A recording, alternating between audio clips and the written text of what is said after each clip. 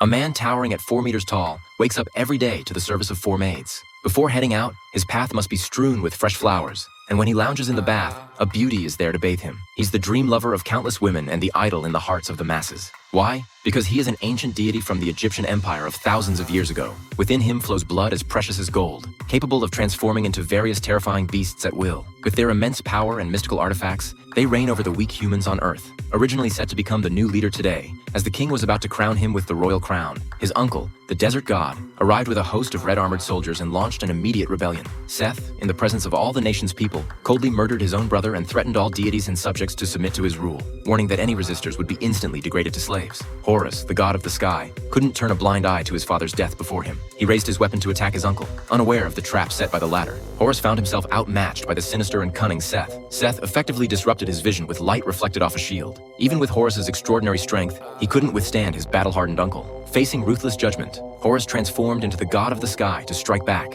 while Seth assumed the identity of the desert god. The two deities clashed from the skies to the depths, with the red-armored soldiers wielding shields to once again dazzle Horus with reflected light. Seizing the opportunity, Seth returned Horus to his original state and gouged out his eyes, the source of his power.